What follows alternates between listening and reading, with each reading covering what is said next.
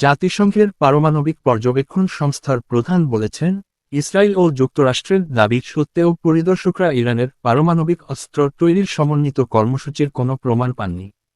আন্তর্জাতিক পারমাণবিক শক্তি সংস্থার মহাপরিচালক রাফায়েল গ্রোসি এনবিসি নিউজকে বলেছেন, সংস্থাটি ইরানের পারমাণবিক অস্ত্র তৈরির জন্য একটি নিয়মতান্ত্রিক এবং কাঠামোগত কর্মসূচির উপাদান শনাক্ত করতে পারেনি।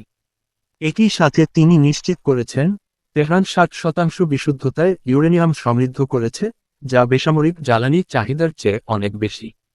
গ্রোসি বলেন, এই ধরনের সমৃদ্ধকরণ এমন কিছু যা শুধু পারমাণবিক অস্ত্রধারী দেশগুলোরই আছে।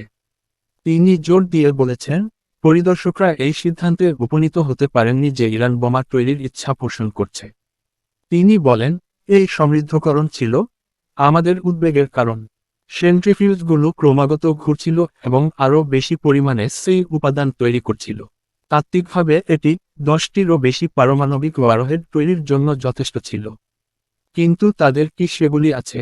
নেই। সূত্র, আল জাজিরা।